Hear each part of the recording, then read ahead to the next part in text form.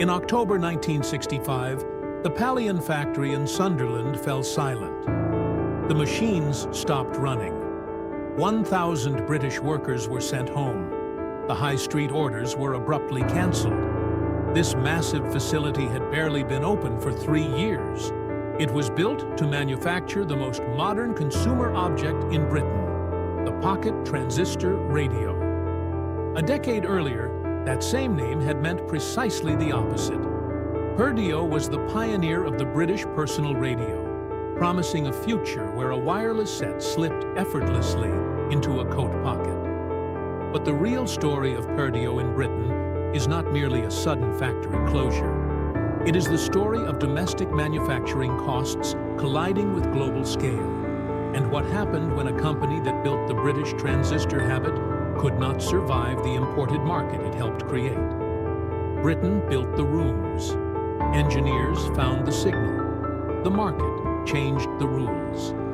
We tell the stories of what happened when those forces collided. The story begins not with nostalgia, but with a specific place, in London, in 1956. In the middle of the 1950s, the British portable radio was portable only by a highly generous definition of the word. Before the transistor arrived on the high street, the standard domestic listening device was a heavy mains-powered wireless set, an older British term for a radio receiver that brings broadcast signals into the home without a physical program source.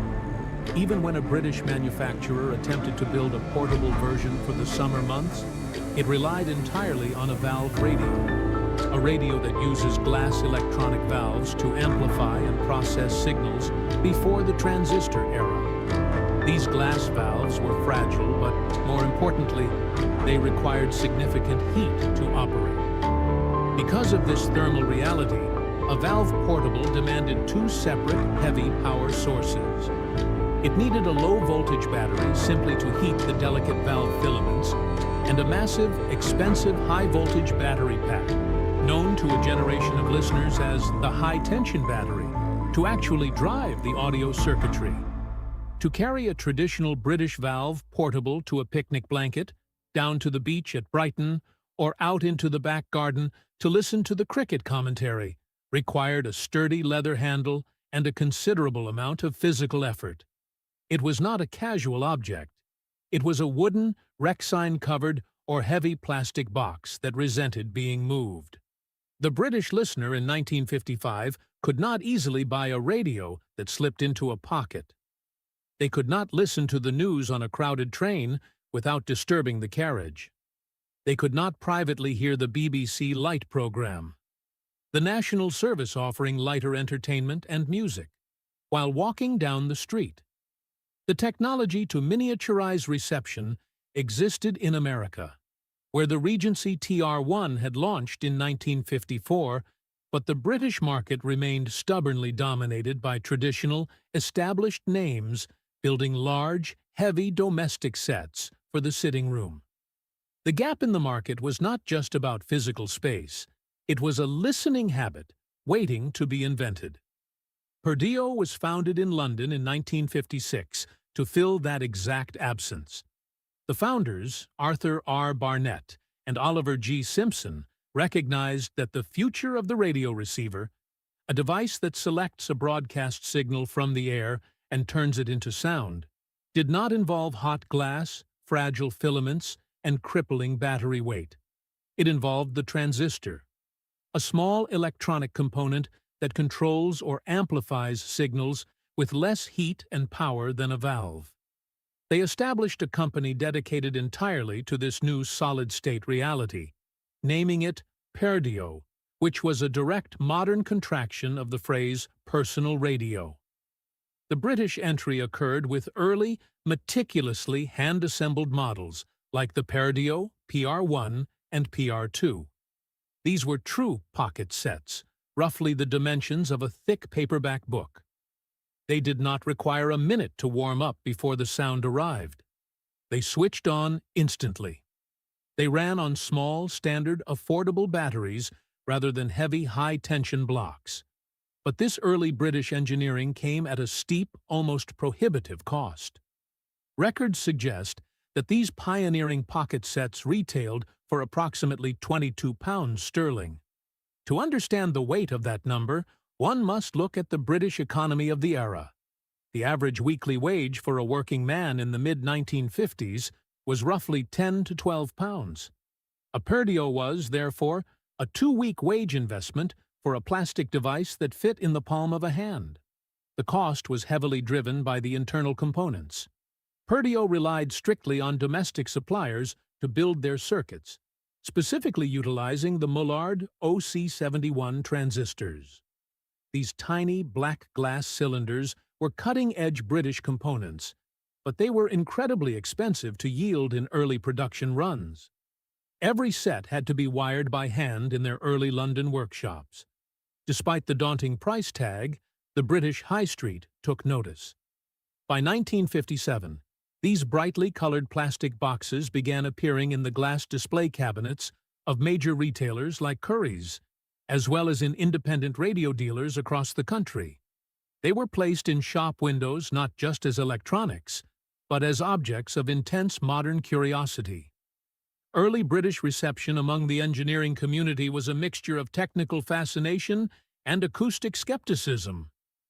Enthusiast publications like Wireless World and Practical Wireless reviewed the new transistor sets, praising their miraculous size and low power consumption, while noting that their tiny loudspeakers could never rival the warm, room-filling bass of a wooden cabinet valve radio. But the room did not care about the technical reviews. The listener did not care about the bass response. What Perdio offered was something far more valuable than high-fidelity audio. They offered independence. For the affluent buyer, the traveling businessman, or the dedicated wireless enthusiast, the Perdio represented a structural shift in how voices entered daily life. The radio was no longer a piece of shared family furniture holding court on the sideboard. It had been decoupled from the mains plug. It had been freed from the heavy battery pack. It had become a private object, ready to be carried out the front door and into the modern British era. The radio that transformed Perdio from an ambitious London engineering project into a dominant high-street necessity was not their first expensive prototype. The true British breakthrough arrived at the dawn of the 1960s with refined mass-market product lines, culminating in the cultural omnipresence of the Perdio Piccadilly. To a radio collector today, and to a British teenager in 1961, the Perdio Piccadilly was an object of immediate, undeniable modernism. It was a transistor radio that understood exactly how and where it was meant to be used. The exterior began with the cabinet, the wooden, plastic, or bakelite body that holds the radio's components and shapes its appearance. Perdio abandoned the heavy wood and brittle early plastics of the previous decade. The Piccadilly's cabinet was injection molded from brightly colored, high-impact plastic, often finished in vibrant reds, cool blues, or stark whites, accented heavily by a gold-colored metal grille. It borrowed its visual language not from traditional furniture, but from the dashboard of a contemporary motor car. It was designed to be held in a single hand. On the front fascia, a clear circular tuning dial, the scale or display that shows which station or frequency the radio is tuned to, allowed the listener to navigate the airwaves. The dial covered medium wave, a broadcast band historically used for many domestic radio services, and long wave, a lower frequency broadcast band used for long-distance national radio reception. Behind the dial sat a miniature tuning capacitor, a component that changes the circuit's tuning so the radio can select one station from many. Turning the small plastic thumb wheel moved the metal vanes inside the capacitor, smoothly gliding the receiver across the frequencies to find the BBC Light program or a distant European signal. Inside the brightly colored shell, the complicated, heavy point-to-point wiring of the valve era had been entirely banished. The internal architecture relied on a printed circuit board. a board carrying electronic components and copper tracks that connect them. This allowed for rapid factory assembly and incredible durability.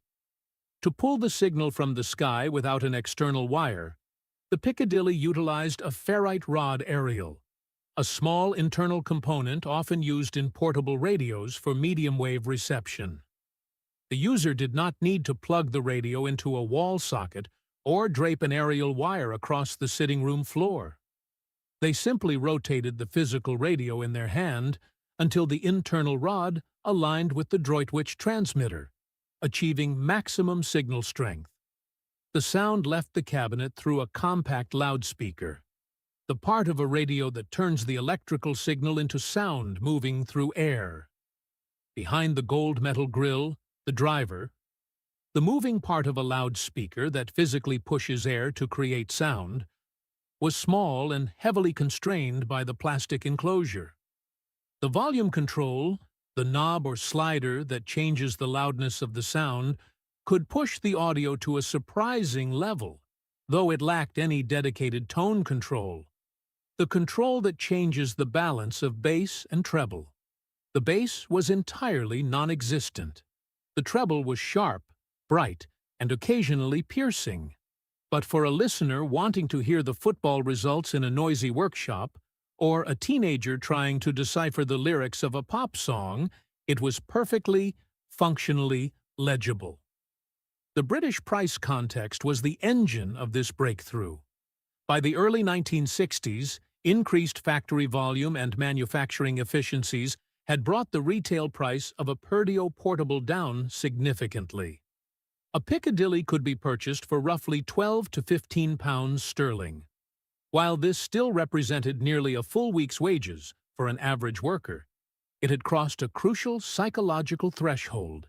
It was no longer a luxury item reserved for wealthy enthusiasts. It was a fiercely desired consumer good, attainable by a teenager saving their Saturday retail wages or a young commuter wanting music on a train journey. The British distribution breakthrough occurred when Perdio effectively conquered the retail landscape. The sets became mandatory inventory across the country. They sat behind the glass counters of independent radio dealers. They filled the window displays of massive high-street electrical chains like Currys and Dixon's. They were prominently featured in the glossy pages of mail-order catalogs. This visual omnipresence served as a powerful cultural endorsement. A shopper walking down any British high street in 1961 would see the Perdio name elevated alongside established, historic wireless giants like Bush, Murphy, and EKCO. The British radio moat that protected Perdio during this golden window was their speed to market, combined with a fierce reputation for domestic reliability. By continuing to use high-quality British Mullard transistors and robust domestic plastics, Perdio sets rarely failed. They survived being dropped onto beach pebbles. They survived the damp environment of a holiday caravan. They survived being shoved into a school satchel. Early British market metrics reflected this triumph. Factory output scaled from hundreds of sets a week to many thousands. Practical wireless. Magazine noted the sheer efficiency of their circuits, praising a design that could run for months on a standard, inexpensive battery. The teenage listener community, the commuter community, and the holiday-making public adopted them as the default sound of British leisure. Every physical interaction with the device felt intentional. The battery cover clicked securely into the plastic casing. The volume wheel offered firm, satisfying resistance. The carry strap was tough and dependable. To the British consumer, the name printed across the grille signified that the device would perform exactly as requested, wherever it was taken. The badge on the dial was not decoration. It was a promise about reception. Between 1960 and 1963, Perdio did not merely participate in the British consumer electronics market. They dictated its physical shape. They stood at the absolute center of the portable radio boom, transforming a niche luxury item into a national necessity. The British listening ecosystem had permanently shifted, and Perdio anchored every point of that new reality. London designed the solid-state circuits. The massive new facility in Sunderland built the cabinets. Droitwich carried the long-wave signal across the country. Broadcasting House gave that signal a voice. The high-street radio shops sold the plastic box. The British teenager made it a habit. By 1962, the original London workshops that had birthed the Perdio PR1 were entirely inadequate for the sheer volume of high-street demand. The company required industrial scale. Encouraged by government grants designed to bring light manufacturing to areas facing industrial decline, Perdio moved its primary production to the northeast of England. They opened a state-of-the-art 80,000-square-foot factory on the Pallion Industrial Estate in Sunderland. This was a £1 million investment in the future of British transistorized listening. The production and distribution milestones achieved at Pallion were staggering for a company that had barely existed 6 years earlier. The Sunderland factory employed approximately 1,000 workers. The vast majority of these were women, sitting in long, brilliantly lit rows, operating soldering irons to populate printed circuit boards, aligning tuning capacitors, and screwing the brightly colored plastic cabinets together. They were manufacturing tens of thousands of transistor radios every single month. From the loading bays in Sunderland, Perdio sets were shipped outward, across the entire British retail infrastructure. They traveled by rail to the stockrooms of Currys and Dixons. They were ordered by independent radio dealers in rural towns. They filled the electronics pages of mail-order heavyweights, like the Great Universal Stores catalog. Flush with this immense manufacturing capacity, Perdio began to aggressively expand their product lines. They did not restrict themselves to the pocket. They designed larger table radios, a radio designed to sit on furniture rather than be carried in a pocket, utilizing the same reliable transistor technology to replace the aging valve sets in British kitchens. They manufactured radiograms, a piece of furniture combining a radio, amplifier, loudspeaker, and record player in one cabinet, modernizing the heavy wooden behemoths of the 1950s with instant-on, solid-state chassis. In 1961, their engineering department reached its absolute zenith of ambition by releasing the Perdio Portorama. It was the first British fully transistorized portable television set. It proved that Perdio was no longer a novelty company making plastic toys. They were a serious industrial radio and television manufacturer, capable of engineering complex, multi-band receiver technology that rivaled established giants like Pi, EKCO, and Murphy. For a brief shining window in the early 1960s, the Perdio badge represented the absolute peak of domestic electronics manufacturing. They were a British company, employing British workers, using British components, to dominate a British market. But the true glory of Perdio was not found in the architectural scale of the Pallion factory, nor in the profit margins recorded in their corporate ledgers. It was found in the British cultural moment they helped to engineer. Before the mass production of the affordable transistor radio, listening to broadcast audio was a public, familial act.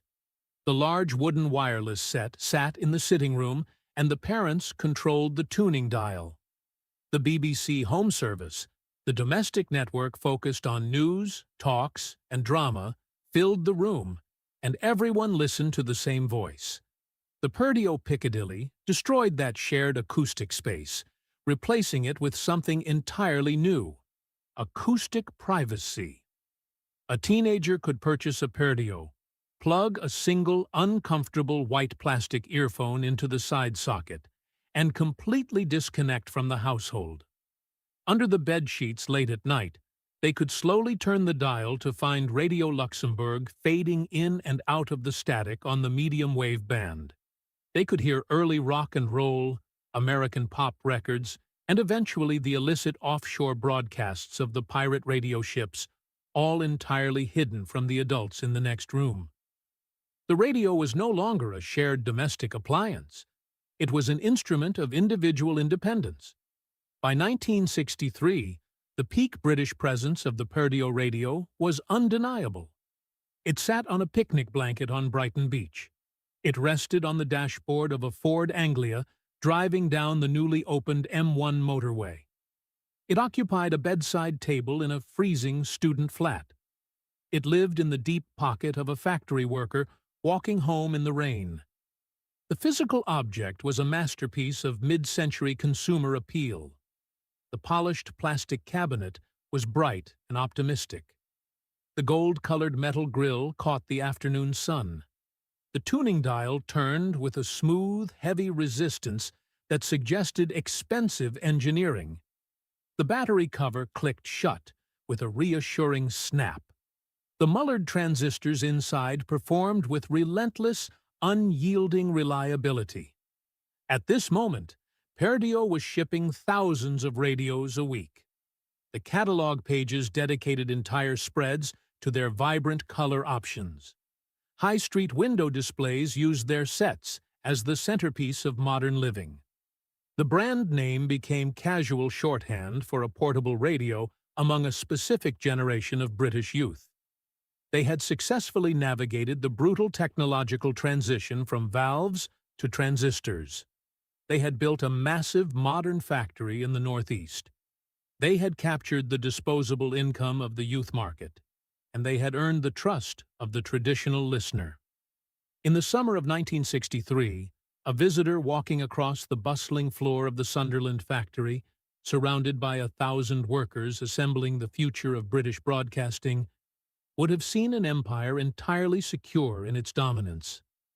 They would have had no way of knowing that within 24 months, the factory would be dead, the assembly lines abandoned, and the brand erased from the high street. The decline of Perdio was not caused by a sudden failure of British engineering. The radios did not suddenly stop working. The tuning dials did not jam, and the brightly colored plastic cabinets did not fracture on the shop shelves. The tragedy of this particular British radio empire was entirely structural. The company was caught in the grinding gears of market economics, crushed by overlapping forces that no single domestic manufacturer could halt. In the narrative of British consumer electronics, the transformation and ultimate destruction of a brand is rarely a singular event. It is almost always the result of specific market forces arriving in sequence. For Perdio, the British turning point, the specific moment the trajectory irrevocably changed, occurred between late 1963 and early 1964. This was the moment when Force 1, British cabinet, valve, transistor, component, labor and manufacturing costs collided violently with Force 4, imports, private labels, and good enough listening. To understand the collapse, one must first understand the immense financial weight of Perdio's own success. They had built a £1 million factory on the Palion Industrial Estate in Sunderland. That facility required electricity, heating, maintenance, and the constant logistical movement of raw materials. More importantly, it required the wages of approximately 1,000 British workers. Every single week, the payroll had to be met. Furthermore, Perdio was anchored to a domestic supply chain. British radios required cabinets, plastic molding, tuning dials, aerials, capacitors, transistors, printed circuit boards, testing, packaging, shipping, and highly skilled labor. Perdio relied on Mullard for their transistors. They relied on British suppliers for their tuning capacitors and their ferrite rod aerials. As component costs and domestic production became inherently more expensive, Perdio discovered a brutal retail truth. A well-built radio cost more than the mass market was ultimately willing to pay. Every Perdio Piccadilly that left the loading bay in Sunderland carried a portion of that massive domestic overhead in its retail price. It had to be priced at 12 to 14 pounds simply to sustain the infrastructure that built it. While the Sunderland assembly lines were running at full capacity, the global manufacturing landscape was shifting with terrifying speed. In Tokyo, Osaka, and Hong Kong, a completely different philosophy of electronics production was taking hold. Companies like Sony, Sanyo, and National Panasonic were not merely assembling radios. They were vertically integrating. They were manufacturing their own transistors in-house by the tens of millions, drastically reducing the cost of the most expensive component in the circuit. They were refining high-speed plastic injection molding techniques. They enjoyed lower domestic labor costs, massive government export incentives, and an industrial strategy focused entirely on global volume. Simultaneously, manufacturers in Hong Kong began assembling transistor radios using surplus or lower-grade components. These factories were not interested in building a heritage brand. They were interested in flooding the market with vast, unbranded or private label quantities of disposable electronics. The competitive displacement happened not in the engineering laboratories, but on the high street shelf. Imagine a British radio dealer's window display in the spring of 1964. On one side of the glass shelf sits a British-made Perdio Piccadilly. It is beautifully finished, equipped with highly reliable Mullard transistors, and priced at 14 pounds. Right next to it, the shopkeeper has placed an imported Hong Kong transistor radio. It is slightly smaller. The plastic casing is noticeably thinner, perhaps a little brittle to the touch. The tuning wheel might feel slightly loose. But the price tag reads exactly 7 pounds. For the traditional British buyer who valued longevity, the Perdio might still have won the transaction. But the transistor boom was largely driven by the youth market. A teenager saving up to listen to Radio Caroline or Radio Luxembourg did not care about the long-term reliability of a Mullard OC71 transistor. They did not care about the overhead costs of a factory in Sunderland. They only cared about the signal. The cheaper radio did not need to last for decades. It only needed to find the pirate station in the dark. The difference in audio quality or cabinet finish simply did not matter when the price was halved. The signal was found, the transaction was completed, and the British manufacturer lost the sale. Perdio found themselves trapped in a mathematically impossible position. They were a company built for high volume, suddenly facing a catastrophic drop in high street orders. The retreat was panicked and desperate. The management attempted to adapt to the new, hostile retail environment. They tried to lower their prices to compete with the flood of imports, but the Sunderland factory, designed for maximum, relentless capacity, became a crushing financial albatross when the assembly lines slowed down. The overhead costs were too high to sustain low-margin products. The supply chain was too deeply rooted in expensive British components. A radio could still tune beautifully and still lose the shop shelf. The high-street electrical shops, the independent radio dealers, and the massive mail-order catalogs were entirely unsentimental. Retailers operate on margin and inventory turnover. When they realized that a teenager would eagerly buy a 7-pound imported radio and that the shop could sell 3 imported sets in the time it took to sell one 14-pound Perdio, the purchasing decisions changed overnight. The catalogs began dropping the British sets in favor of cheap private label imports. The high street windows replaced the Perdio displays with walls of discounted anonymous plastic boxes from the Far East. Perdio attempted to diversify, leaning heavily into their Portorama television line and larger table radios, but the core of their business, the pocket transistor radio, had been mortally wounded. The company began hemorrhaging money at an unsustainable rate. They had expanded too quickly, built too large a facility, and anchored themselves to a cost structure that the British consumer was no longer willing to subsidize. By the beginning of 1965, the situation was terminal. The British market forces were completely structurally hostile to a company that could not prove its relevance against changing eras and pricing pressures. Perdio could not match the Japanese on engineering volume, and they could not match Hong Kong on sheer price. The final British chapter arrived with brutal, unforgiving speed. In the summer of 1965, less than 3 full years after opening the state-of-the-art £1 million facility that was supposed to secure their dominance for a generation, Perdio went into receivership. The money was gone. The orders had evaporated. The high street had moved on. The factory was ordered closed. The workforce of roughly 1,000 people on the Palion industrial estate, women who had been trained to solder printed circuit boards and assemble the future of British broadcasting, were summarily dismissed. The receiver stepped in to liquidate the assets. The brand name, once the proudest symbol of the British personal radio, was sold off to the highest bidder to satisfy creditors. The carefully engineered cabinet molds were rendered useless. The stockpiles of reliable British valves and components were auctioned off or discarded. The service manuals, the brochures, and the shop displays became instant historical artifacts.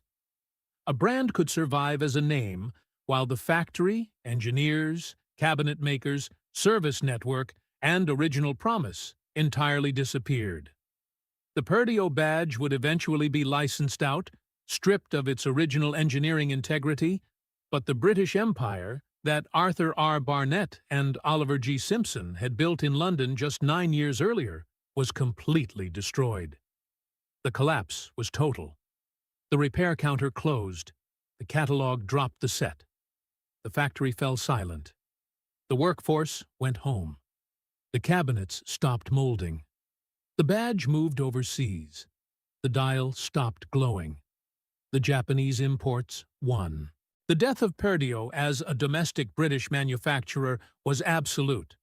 When the receivers liquidated the Palion factory in the summer of 1965, they did not just sell the physical machinery. They sold the identity. The brand name was severed entirely from the London engineering heritage that had created it.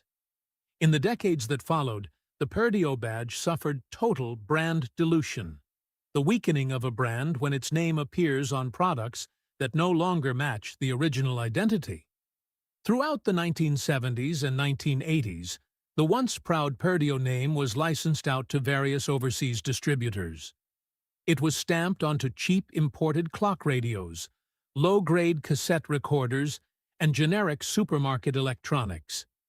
These were disposable devices that Arthur R. Barnett and Oliver G. Simpson would never have recognized, and certainly would not have respected.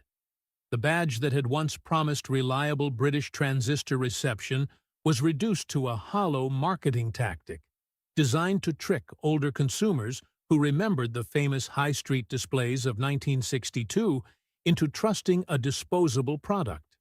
Yet, the original British wireless sets refused to disappear entirely. Within the British preservation and enthusiast community, the authentic Perdio models have experienced a quiet, dedicated resurrection. On eBay, on Gumtree, on Facebook Marketplace, and at vintage radio fairs organized by the British Vintage Wireless Society, models like the Perdio Piccadilly, the PR36, and the remarkable Portorama television are now highly sought after. They are no longer viewed simply as obsolete electronics. They are chased by radio collectors, curated by wireless museums, and featured heavily on YouTube restoration channels. On dusty repair benches across Britain, wireless hobbyists carefully open the brightly colored plastic cabinets. They study the early printed circuit boards. They replace dried-out capacitors, a component that stores and releases electrical energy in a circuit. And they carefully test the original resistors, a component that limits or controls the flow of electrical current. It is on these repair benches that the surprise footnote of the Perdio story reveals itself. When the company was fighting for its life in 1964, they were fatally burdened by the high cost of British components. But those domestic components were spectacularly over-engineered. It is a remarkably common occurrence today for a collector to purchase a Perdio Piccadilly that has been abandoned in a damp British loft, or a garden shed for 50 years, clean the battery contacts, attach a modern power source, and find that it immediately springs to life. The original Mullard glass transistors, manufactured at immense cost in the late 1950s, often still amplify the signal perfectly. They pull modern voices out of the static on a device built when Harold Macmillan was Prime Minister. The company collapsed under financial pressure, but their engineering outlived the factory by more than half a century. Why does the original still matter to these listeners? An old British Perdio radio, with a repaired capacitor, a cleaned dial, and a speaker still moving air, can do something a modern smartphone or a voice-activated smart speaker simply cannot. It serves as a physical, tactile record of the exact moment broadcasting became personal. It matters because the act of turning the stiff plastic tuning wheel demands that the listener meets the signal halfway. Holding a Perdio is not just holding a radio. It is holding the exact mechanism that first gave the British teenager acoustic independence. The British physical site today tells a different story about endurance. The massive Palion factory in Sunderland did not stay empty forever. The 80,000-square-foot facility, built specifically to dominate the European transistor market, was eventually absorbed back into the shifting industrial landscape of the Northeast. The brick and steel footprint was repurposed for clothing manufacturing and other light industrial uses over the following decades. Today, a visitor to the Palion Industrial Estate will find a working commercial park filled with modern businesses, warehouses, and offices. There is no blue plaque for Perdio. There is no monument to the 1,000 women who once soldered the future of British broadcasting on that exact spot. The factory that was supposed to secure British radio dominance is now just another anonymous building in a retail and industrial landscape.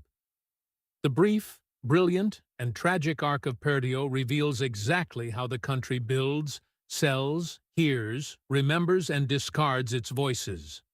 It exposes the profound gap between what Britain says it values: domestic employment, honest engineering, repairability, and familiar design, and what the market actually rewards, which is brutal price efficiency, convenience, and imported volume.